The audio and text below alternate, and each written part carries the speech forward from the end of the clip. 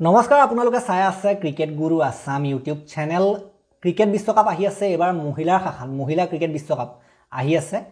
মাজত বেছি মাহ নাই বুলি ক'ব লাগিব এতিয়া বৰ্তমান সময়ত চলি আছে কি মাহ জুন মাহ জুলাই আগষ্ট ছেপ্টেম্বৰ শেষ হোৱাৰ লগে লগে অক্টোবৰৰ পৰা আৰম্ভ হৈ যাব ছেপ্টেম্বৰ শেষৰ পৰা আৰম্ভ হ'ব কিন্তু আমি অক্টোবৰ বুলি কৈছো গতিকে অক্টোবৰ মাহটো গুটেটো সাধাৰণতে হ'ব মহিলা ক্ৰিকেট বিশ্বকাপ সো ভাৰতীয় টিমটোক আমি সাপোৰ্ট কৰিম নিশ্চিতভাৱে সাপোৰ্ট কৰিম আমাৰ মহিলা ক্ৰিকেটৰ ওপৰত যেটা ভিডিও দিও মানুহবিলাকৰ মনবিলাক কিবা নিৰাশ হৈ যাব ভাল নলগা নিচিনা হয় কিন্তু এজ এ টিম ইন্ডিয়া আমি সকলোবিলাক টিমৰে সমৰ্থক আমি বাচ্চা টিম ইন্ডিয়াৰো সমৰ্থক আন্ডাৰ 19ৰো সমৰ্থক আমি যদি ক'বলৈ যাওঁ পুৰুষৰ মেইন টিমৰো সমৰ্থক মহিলাৰো সমৰ্থক যত যিমান ইন্ডিয়ান টিম আছে বিসিসিআই আন্ডাৰত আমি সকলোৰে সমৰ্থক অকল বলে পুৰুষৰ ভিডিও দিব লাগে মহিলা ভিডিও দিব লাগে এনেকুৱা ধৰণৰ কথা পৰাপক্ষত নচলে সো যিকি নহক আমি সাপোৰ্ট কৰিম আমাৰ মহিলা ক্ৰিকেট টিমটোক আশা কৰিম এবাৰ যেহেতু ঘৰত হৈছে ভাৰতৰ সাধাৰণতে বহুত এডভান্টেজ থাকিব ঘৰত হোৱাৰ কাৰণে ইণ্ডিয়াত হোৱাৰ কাৰণে যেটো আমাৰ হোম এডভান্টেজ কেটো আমি পাম হেতু কাৰণে ভাল কথা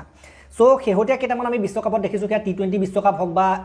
এদিনীয়া বিশ্বকাপে নহক কিয় কে বছৰমান যিকিটা হৈ গল মহিলাৰ শাখাত আমি দেখিছো যে ভাৰতৰ প্ৰদৰ্শন ইমান ভাল হোৱা নাই ফাইনেল পাইছিলে 2012 চনত হয়তো ফাইনেল পাইছিলে হেখন চাইছিলো তাৰ পাছত আপোনালোকে যদি চাই তাৰ পাছত আৰু সেমি ফাইনেল পাইছে সেমি ফাইনেল ধৰাও হৈছে কোনোবা সময়ত আমি গ্ৰুপ ষ্টেজটা ওলাই যোৱা আমি দেখিবলৈ পাইছো গতিকে এনেকুৱা ধৰণৰ হৈ আছে আৰু মেইন কথাটো হ'ল যে আমাৰ ভাৰতীয় মহিলা ক্ৰিকেট টিমটোৱে কোনো দিনে কোনো কালে কোনো এটা বিশ্বকাপ আজিলৈকে জিকি পোৱা নাই যেতিয়া মহিলা ক্ৰিকেট বিশ্বকাপৰ কথা আহে তেতিয়া আটাইতকৈ ষ্ট্ৰংগেষ্ট টিম হয় অষ্ট্ৰেলিয়াৰ টিমটো তেওঁলোকে প্ৰায় প্ৰতিটো বিশ্বকাপে জিকিছে মাজত এবাৰ দুবাৰ বেলেগে জিকিছে কিন্তু বেছিভাগ সময় অষ্ট্ৰেলিয়া টিমটোৱে জিকা দেখিবলৈ পোৱা যায় গতিকে অষ্ট্ৰেলিয়াৰ ডাঙৰ প্ৰত্যাহ্বান তেওঁলোক মানে এক প্ৰকাৰে লেজেণ্ডাৰী টিম তেওঁলোকে সাধাৰণতে যেতিয়া মহিলা বিশ্বকাপৰ কথা আহে সকলোৱে এটা কথাই কয় যে অষ্ট্ৰেলিয়াই এবাৰ জিকিব পাৰে আৰু অষ্ট্ৰেলিয়াৰ চান্স বহুত বেছি থাকিব কাৰণ তেওঁলোকৰ যেটো টিম লেজেণ্ডাৰী টিম সাংঘাতিক টিম তেওঁলোকৰ অষ্ট্ৰেলিয়াই সাধাৰণতে বেছি কৰে অষ্ট্ৰেলিয়া ইংলেণ্ড নিউজিলেণ্ড এইকেইটা টিমৰ সাধাৰণতে প্ৰতিপত্তি মহিলা ক্ৰিকেটত বেছি থাকে তথাপিও ইণ্ডিয়া প্ৰত্যাহ্বান জনাই মাজে মাজে আমি প্ৰত্যাহ্বান জনা দেখিবলৈ পাওঁ কিন্তু ইণ্ডিয়াৰ ডমিনেন্সটো কিমানটো নহয় মহিলা ক্ৰিকেটত তথাপিও এবাৰ যেটো হোম এডভান্টেজ পাব কাৰণে আমি আশা কৰিব পাৰো গতিকে খেলসমূহৰ যদি আমি কথা ক'বলৈ যাওঁ সময়সূচী যদি আমি কথা ক'বলৈ যাওঁ প্ৰথমখন খেল 30 ছেপ্টেম্বৰত হ'ব প্ৰথম যিখন আৰম্ভণি মেচ সেইখন 30 ছেপ্টেম্বৰ ইণ্ডিয়া আৰু শ্ৰীলংকাৰ মাজত হ'ব সেইখন 30 ছেপ্টেম্বৰ আৰু সেইখন হ'ব বেংগলোৰত নিজৰ ঘৰত হ'ব শ্ৰীলংকাৰ লগত হ'ব প্ৰথমখন মেচ তাৰ পৰা অষ্ট্ৰেলিয়া নিউজিলেণ্ড তাৰ পৰা বাংলাদেশ পাকিস্তান এইবিলাক আপোনালোকক মই দেখুৱাইছো গোটেই লিষ্টখন কাৰ খেল আছে গোটেইখিনি আপোনালোকে ইয়াত নিশ্চিতভাৱে পাইছে এইখিনিয়ে হৈছে সেইখিনি খেলখিনি আৰু এইখিনিৰ ভিতৰত আমি মেইনলি গোটেইখিনি আলোচনা কৰিবলৈ দৰকাৰ নাই ভাৰতৰ খেল কেইখনৰ কথা আমি আলোচনা কৰিব লাগিব এতিয়া ভাৰতৰ মহিলা টিমটোৰ কাৰ লগত আছে মেচ সো ভাৰতৰ মহিলা টিমটোৰ যদি আমি কথা ক'বলৈ যাওঁ 30 ছেপ্টেম্বৰ যিখন আৰম্ভণি মেচ সেইখন বেংগলোৰত আছে শ্ৰীলংকাৰ লগত আমি আশা কৰিম যে সেইখন জিকি ভাল আৰম্ভণি কৰিব ইয়াত গ্ৰুপ বুলি কথা নাই সকলোৰে লগত খেলিব যেনেদৰে পুৰুষৰ ক্ৰিকেট বিশ্বকাপৰ দৰে সকলোৰে লগত খেলে ইয়াত সেকেণ্ডখন মেচ ভাৰতে খেলিব চিৰপ্ৰতিদ্বন্দ্বী পাকিস্তানৰ টিমৰ লগত খেলিব 5 অক্টোবৰ কলম্বোত হ'ব সেইখন হ'ব শ্ৰীলংকাত হ'ব কাৰণ পাকিস্তান ভাৰতলৈ নাহে আপোনালোকে নিশ্চিতভাৱে জানে এটো কাৰণে ভাৰতৰ পাকিস্তানৰ লগত খেলখন হ'ব শ্ৰীলংকা দেন 9 অক্টোবৰত আছে বিশাখাপট্টনমত আছে ভাইজেগত সেইখন হ'ব সাউথ আফ্ৰিকাৰ বিৰুদ্ধে সেইখন অলপ কঠিন মেচ হ'ব অলপ টক্কৰ মেচ হ'ব জিটো সাউথ আফ্ৰিকা টিম তেওঁলোকে কিন্তু বেয়া নেখেলে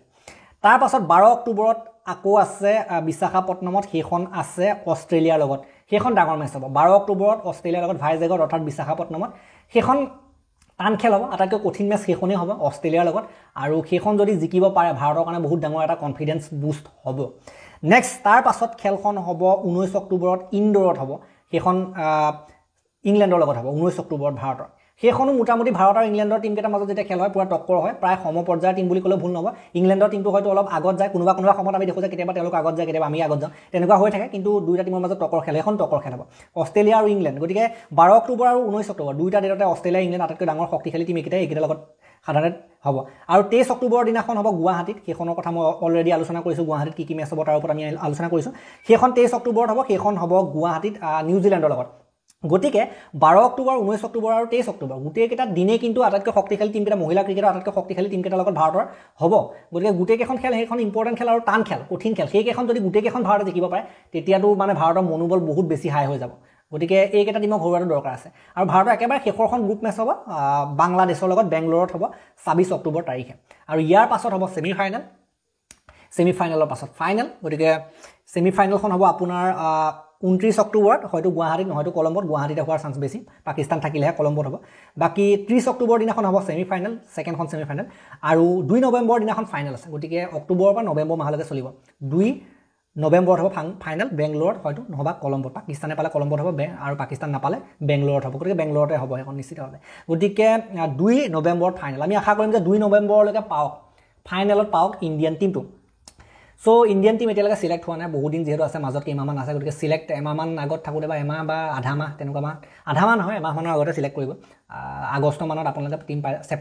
ছেপ্টেম্বৰ নহয় ছেপ্টেম্বৰ প্ৰথম মানতে পাই যাব আগষ্টৰ শেষ ছেপ্টেম্বৰ প্ৰথম মানতে আপোনালোকে টিমটো পাই যাব টিমটোনো কি আৰু সেই শেহতীয়া সময়ত যিসকলে ভাল প্ৰদৰ্শন কৰি আছে তেওঁলোককৈ সাধাৰণতে দিব আৰু মেইন কথাটো হ'ল যে এতিয়া কি যে ভাৰতৰ এডভান্টেজটো হোম এডভান্টেজ থাকিব আৰু মেইন কথাটো হ'ল পিটছ যিবিলাক স্পিন পিটছ হয় স্পিনৰ কাৰণে উপযোগী পিটছবিলাকত আমাৰ ভাৰতীয় বেটাৰে ভাল কৰে আমাৰ ভাৰতীয় বলাৰসকলে ভাল কৰে বিশেষকৈ আমাৰ ভাৰতৰ যিটো মহিলা টিম তাত স্পিন বলাৰ বহুত আছে অলৰাউণ্ডাৰ যিকেইগৰাকী স্পিন বলাৰ তেওঁলোকে স্পিন বলিং দিয়ে তেওঁলোকে ভাল কৰে বেটিঙো ভাল কৰে আৰু লগতে স্পীড বলাৰো বহুত কেইগৰাকী আছে গতিকে পেস বলাৰটো বাৰু ঠিকে আছে কি বাহিৰত গৈ পেলাই ভালেই কৰিছে কিন্তু সিমানটো পৰ্যায় হোৱা নাছিলে সেইটো কাৰণে শেহতীয়া সময়ত ইমান বৰ বিশেষ একো জিকা নাই কিন্তু এবাৰ চান্স আছে ভাৰতত যিহেতু স্পিন ফ্ৰেণ্ডলি উইকেট হয় আমি আশা কৰিম যে স্পিন ফ্ৰেণ্ডলি উইকেট দিয়ক আমাৰ ছোৱালীকেইজনীয়ে সেই স্পিন ফ্ৰেণ্ডলি উইকেটত বেছি ভাল কৰে বেছি উইকেট লয় আৰু ভাৰতৰ যিকেইজনী যিকেইজনী আমাৰ স্পিনাৰ আছে তেওঁলোকে সাধাৰণতে বৰ সাংঘাতিক কিছুমান স্পিন কৰিব পাৰে স্পিন বলিং বেটাৰক চক খুৱাব পাৰে অষ্ট্ৰেলিয়াৰ লগত ইংলেণ্ডৰ লগত নিউজিলেণ্ডৰ লগত এইকেইটা টিমৰ লগত যদি আমাৰ স্পিন বলাৰসকল চলি যায় তেতিয়াতো নিশ্চিতভাৱে বিজয় নিশ্চিত গতিকে এই ভিডিঅ'টো আমি ইমানটা সমাপ্ত কৰিম আৰু আমি পাছত আলোচনা কৰিম যেতিয়া খেল আহিব তেতিয়াতো ভিডিঅ' দিমে টিম আহিলেও আলোচনা কৰিম গতিকে এই ভিডিঅ'টো মই ইমানটা সমাপ্ত কৰিলোঁ ভাল লাগিলে যদি এটা লাইক কৰিব শ্বেয়াৰ কৰি দিব অলপ আৰু চেনেলটোলৈ নতুনকৈ আহিছে যদি ছাবস্ক্ৰাইব কৰি ঘণ্টাটো দবাই থৈ যাবলৈ নাপাৰিব তেতিয়ালৈকে আৰু এটা নতুন ভিডিঅ' লৈ অনাৰ প্ৰতিশ্ৰুতিৰে মই বিদায় মাগিছোঁ ধন্যবাদ লগত এটা কথা কৈ যাম যে আমাৰ ক্লাব ৱৰ্ল্ড কাপ চলি আছে ফুটবলৰ তাৰ ভিডিঅ'সমূহ আমাৰ ছেকেণ্ড চেনেল খেলপ্ৰেমী আছামত আহি আছে সেইসমূহ আপোনালোকে চাব বুলি আশা কৰিলোঁ ধন্যবাদ